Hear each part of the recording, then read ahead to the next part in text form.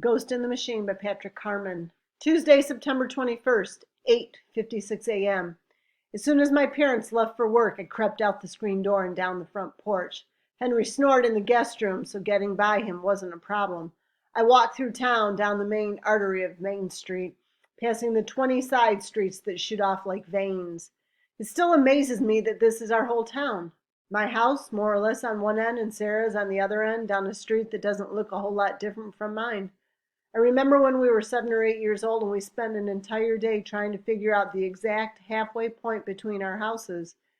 We did it because neither of us liked to walk any farther than we had to, and we thought it was only fair to split the distance as precisely as possible. After hours of pacing and figuring and drawing a map of the town, we came to the conclusion that the old station house for the train conductor was exactly halfway between our houses. We would sometimes call each other on the phone and then race there. She won every single time.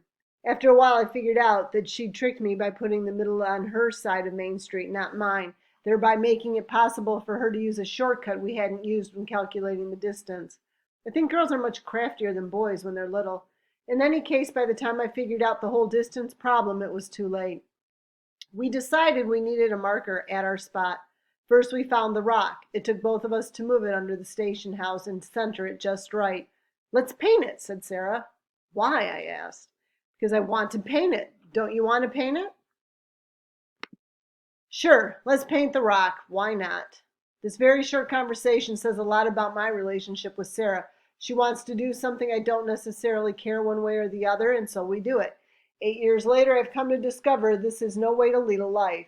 It can get you into a lot of trouble. It might even get you killed. It was more out of opportunity than anything else that the rock became blue. It is the color of Sarah's house because she stole an old paint can from her garage. We didn't have a brush, so she just poured the paint over the top like hot fudge on ice cream. And you know what's funny about this? The paint can is still under there too. We didn't know what else to do with it. What if we tossed it in a ditch and someone found it?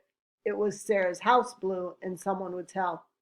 The blue rock became the place we met, where we put secret notes and treasures we'd found and candy we wanted to share. We were secretive, like everyone else in town, even back then. We didn't want anyone hearing us talk about the blue rock. It was ours, and it wasn't easy to find. The train still comes through town in the early morning, but it never stops here anymore. It used to a long time ago when the dredge was pounding away 24/7, digging up something worth stopping for. But the old station house was already abandoned when we were kids, so we set about exploring it. It wasn't too intimidating, only about the size of a backyard storage shed on the edge of the tracks. It was locked up tight, but the cool thing was you could climb underneath it. The station house was up off the ground for some reason. I think so it was the same height as the train conductor when he came by. And the cheapest way to accomplish the extra height was to put this little shack on a bunch of cinder blocks. Weeds had grown up around the edges, sort of like a curtain you could pull back. It was cold gravel underneath, and when we crawled inside, it crunched under our knees. As we grew older, there wasn't much point in meeting at the Blue Rock or leaving secret notes there. I hadn't been back there in years. My leg was already tired and sore from the long walk, and the space under the station house seemed a lot smaller than when I was 7. I'd be lucky if I fit at all. Did I mention that I don't like confined spaces? I squeezed in on my back and slid under, through the weeds, until I hit my head on the blue rock. It was a big rock, and I hit it hard enough that I yelled. Once I recovered, I craned my neck around and saw a piece of paper taped to the rock. I took it and carefully removed the tape and taped my own note to the slick blue surface. The note I had written was short. "Your parents aren't the only ones watching closely. My mom is on my case, too. I think Bonner might have said something to her, but I can't tell for sure. She and my dad were very worried about me going back to school, I can tell. I bet they've told all our teachers to keep an eye on us so we don't talk to each other. I hate this. I'm not sure I even want to go back to school, ever. Too many people in that place. Being away from you makes everything feel like it's fading away. I should be more afraid, right? I hope you send a video. I need to see you. Ryan." I read Sarah's note on the walk home. It was easy since it was so short.